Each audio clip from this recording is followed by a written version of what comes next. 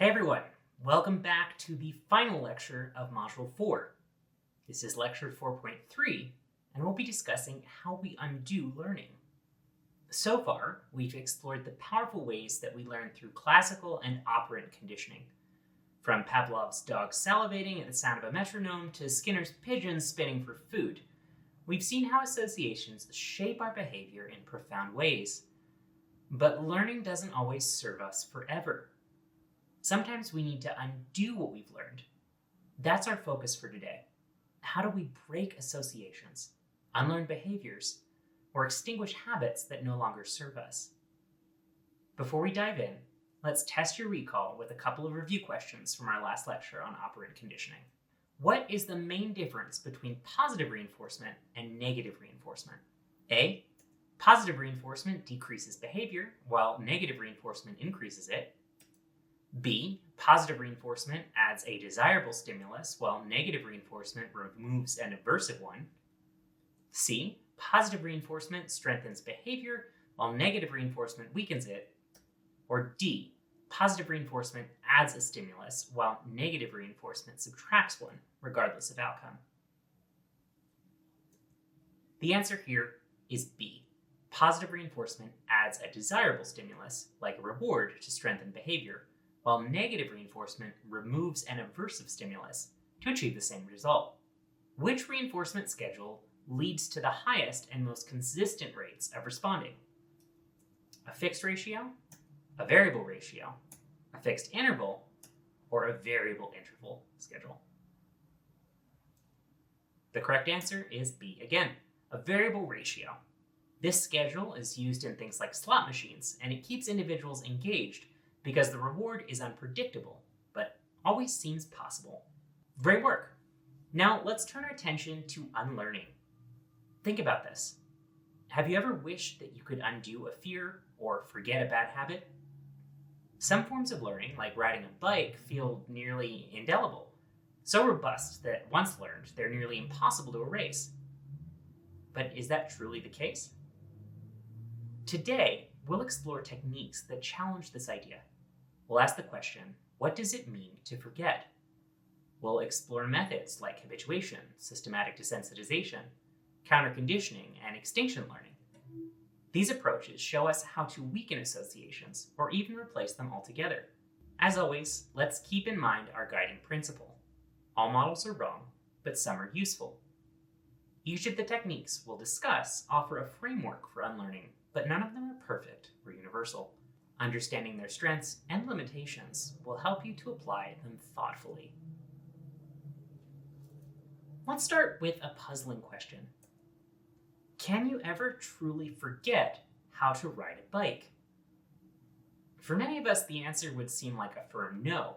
There's certain learned behaviors that are so ingrained that we can't imagine them fading away. This is probably where the phrase came from, it's like riding a bike. But what does it mean to forget a behavior? Are we talking about erasing a memory? Or breaking an association? Simply losing the motivation to act?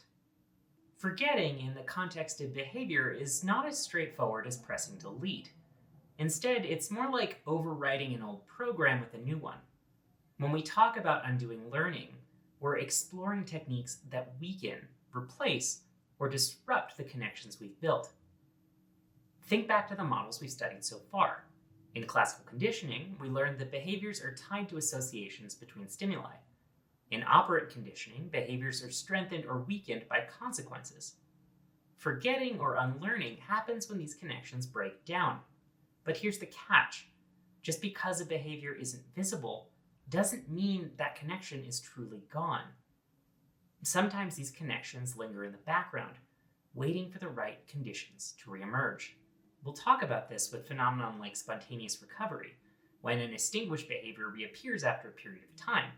It's like a spark reigniting embers that you thought had burned out. This tells us that learning is never fully erased, it's just suppressed or replaced. Let's reflect on your own experiences. Think of a skill or a fear or a habit that you haven't practiced in a while. Maybe it's playing an instrument, speaking a foreign language, fear of public speaking. Do you feel that you've forgotten it entirely? Or does some part of it still resurface when you're exposed to the right trigger? These questions remind us that forgetting is rarely absolute. It's about reshaping the pathways that our brains have built. So now that we've unpacked the idea of forgetting, let's move into the first method of breaking associations: habituation. This technique leans on repetition and exposure to reduce responses to stimuli over time. Imagine walking into a room with a strong, unpleasant smell. At first, it's overwhelming, but after a while, you hardly notice it. This is habituation in action. It's our brain's way of tuning out repetitive or unimportant stimuli. In behavioral psychology, habituation takes on a more deliberate role. It's a technique used to weaken a learned association by flooding the individual with the stimulus until the response fades. Habituation operates on a simple principle. Repeated exposure without consequence reduces the emotional or physiological response to a stimulus. Over time, the brain learns that the stimulus isn't dangerous or isn't connected with the outcome that you thought, and the reaction just diminishes. While we may think of habituation more in terms of removing a fear, it happens all around us. Have you ever got used to a strong-smelling perfume? Stopped noticing the ticking of a clock? Adapted to cold water in a pool after jumping in? Or gotten used to the noise of a busy street after living in a city for a while? These are everyday examples of how our brains adjust to repeated stimuli, showing that habituation is a natural part of our learning systems. Flooding is a form of habituation that involves confronting an individual with the most intense version of their feared stimulus. So, for example, if a person had a fear of dogs, a person terrified of dogs would be placed in a controlled setting with a dog. Initially, their fear response spikes, but as they spend more time with the dog, their brain begins to recalibrate, learning that the animal isn't a threat. With a fear of heights, someone with this fear could start by standing on a high balcony. With prolonged exposure, their fear response might gradually subside. With a fear of public speaking, flooding would mean repeatedly presenting a person in front of an audience, even under stressful conditions, leading to desensitization and habituation. But there are limitations to this. While habituation can be effective, it's not without risks. Flooding in particular can be overwhelming and sometimes counterproductive. If not handled carefully, imagine forcing someone terrified of spiders into a room full of them. It could backfire, reinforcing the fear rather than extinguishing it. This is why techniques like flooding should be conducted under the guidance of a trained professional who can ensure a controlled and supportive environment. The goal is to avoid re-traumatization and help an individual feel safe enough to process an experience. Let's do an attention check. Which of the following best describes the psychological concept of habituation? A, a decrease in response to a stimulus after repeated exposure to it. B, an increase in sensitivity to a stimulus over time. C, the process of associating two stimuli to produce a learned response. Or D, the reappearance of a previously extinguished response after a rest period. The correct answer is A. Habituation describes a decreased response to a stimulus after an organism has been exposed to it repeatedly. Now that we've explored habituation, let's transition to a gentler approach for undoing learned associations: systematic desensitization. This technique uses gradual exposure combined with relaxation to help individuals confront fears step by step. Imagine trying to overcome a fear of spiders. Would you lock yourself in a room filled with tarantulas? If that seems terrifying and overwhelming, then systematic desensitization might be an approach for you. This technique helps individuals confront fears step by step, pairing gradual exposure with relaxation techniques to reduce anxiety. For example, you might start out with a toy spider, put someone in a room with a spider in a cage, and work all the way up to having someone allow a spider to climb on their face. That last photo is a picture of me in Cambodia in 2016, where I not only allowed a tarantula to crawl all over my face, I also ate a fried one. I definitely do not have a fear of spiders. While habituation floods the system, systemic desensitization offers a ladder, letting you climb one rung at a time. Systematic desensitization follows a structured three-step process. It starts with relaxation training. Before tackling the fear, an individual learns relaxation techniques such as deep breathing, progressive muscle relaxation, or guided visualizations. These skills become tools to manage anxiety during an exposure. For example, someone who's afraid of flying might practice calming breathing to steady themselves during moments of anxiety. Then you create a fear hierarchy. Together with a therapist, an individual usually identifies a series of fear-inducing stimuli arranged from least to most intimidating. As we talked about with that fear of spiders, you might start by looking at a cartoon image of spiders, having a toy spider, and progressing all the way to being able to hold a live spider in your hand. This technique then uses gradual exposure. You start with the least fear-inducing stimulus. The individual confronts each step of the hierarchy while using relaxation techniques. Only when they feel comfortable to do so do they move on to the next step. Systematic desensitization is effective because it helps break the association between the feared stimulus and the feared response. By gradually confronting fears in a controlled way, individuals learn that the stimulus isn't as threatening as it seems. Relaxation techniques further reinforce this learning by counteracting the anxiety. While both habituation and systematic desensitization aim to reduce fear responses, the key difference lies in their pacing. Habituation is like diving into the deep end. It's intense and fast. Systematic desensitization is like wading in step by step. It's gentle and controlled. For individuals with severe phobias or anxiety, systematic desensitization is often more humane and more effective. Next, let's explore a technique that goes beyond reducing fears, and it replaces them with positive associations. Imagine a dog terrified of the vacuum cleaner. Every time it's turned on, the dog trembles and hides, or maybe tries to bite it like in this picture. But what if we could rewrite that response, turning the vacuum cleaner from a source of terror into a signal for treats and belly rubs? That, in essence, is what counterconditioning does. It's a technique designed to replace an undesired response with a more positive or adaptive one. Counterconditioning changes the emotional and behavioral associations tied to a stimulus by pairing it with a new, desirable experience. It's not just about eliminating fear, it's about transforming it into something different. Counterconditioning involves 3 steps. The first is identify the problem association, pinpoint the stimulus that elicits the undesired response. In this example, a dog would associate a vacuum cleaner with fear and bark at it continuously. Next, introduce a positive stimulus. Pair the problematic stimulus with something pleasant or rewarding. Offer the dog treats whenever the vacuum is in the room to begin a new association. Next, reinforce the new association continuously. Consistently reward the desired response until the new association becomes stronger than the old one. Over time, the dog will begin to associate the vacuum with treats rather than fear and maybe a fun ride, like in this picture.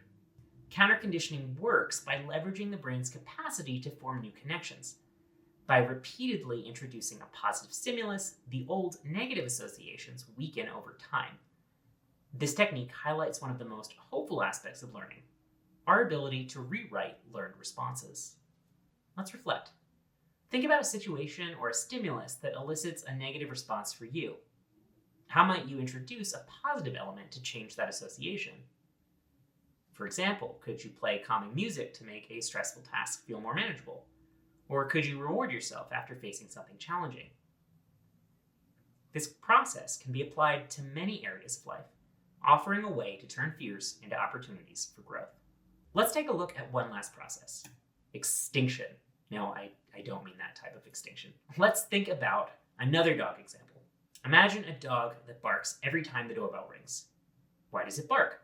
Well, perhaps it's because in the past, barking resulted in attention, like positive reinforcement, or maybe it scared away a perceived threat, which provided negative reinforcement. But what happens if the barking is no longer rewarded? Over time, the behavior will fade. This process is known as extinction. Extinction occurs when a learned behavior diminishes because the reinforcement that once maintained it is removed. It's a cornerstone of behavioral psychology and highlights the adaptability of learned responses. Now, extinction involves consistently withholding the reinforcement that supports a behavior. The first thing is to identify the behavior and its reinforcer. Determine what the behavior is and what's keeping it alive. For example, if we think about a child throwing a tantrum because they've learned it gains them attention or treats. Next, you remove the reinforcer. Ensure the behavior no longer produces the desired outcome. In this example, parents might ignore the tantrum entirely, removing both attention and rewards. Finally, repeat it consistently. This may end up taking a lot of patience on a parent's end. Extinction isn't always a smooth process. Two key phenomena often emerge. One is called an extinction burst. This is a temporary increase in a behavior's intensity or variability as reinforcement is withheld. An example would be a child beginning to throw bigger and bigger tantrums when they no longer receive attention.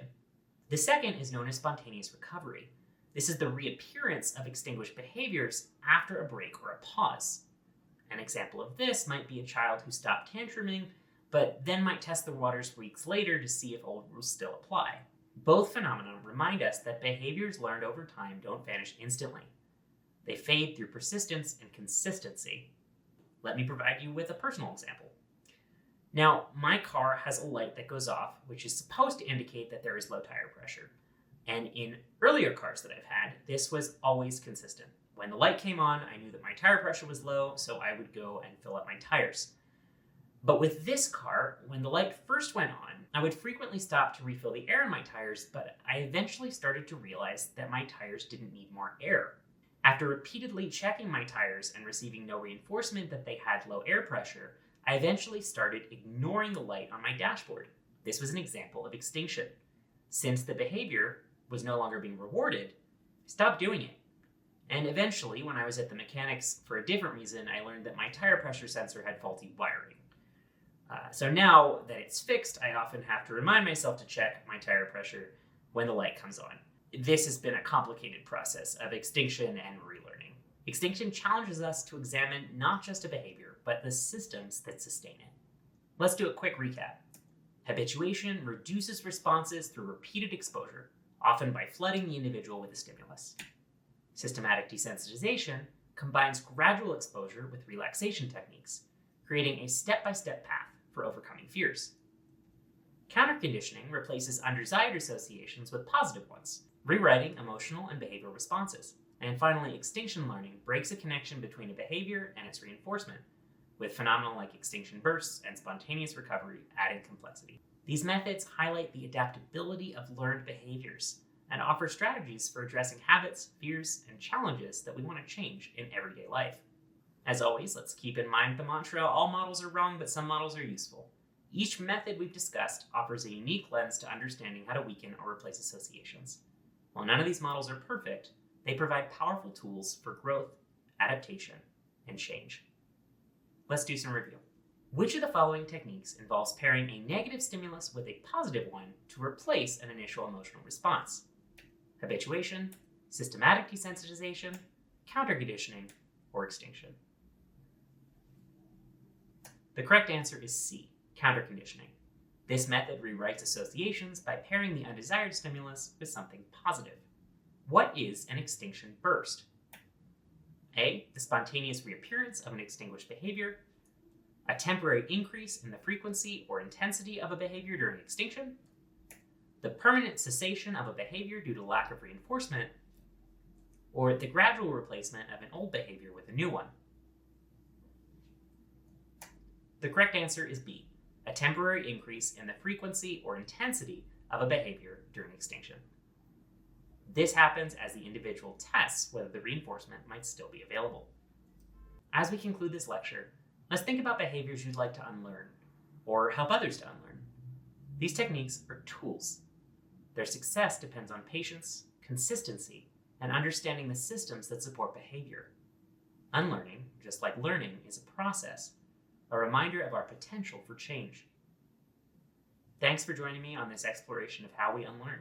I hope that these insights empower you to think critically, engage meaningfully, and embrace the ever-changing nature of growth. Until next time, stay curious, stay resilient, and above all, live life in flux. Flux out. See you in the next lecture.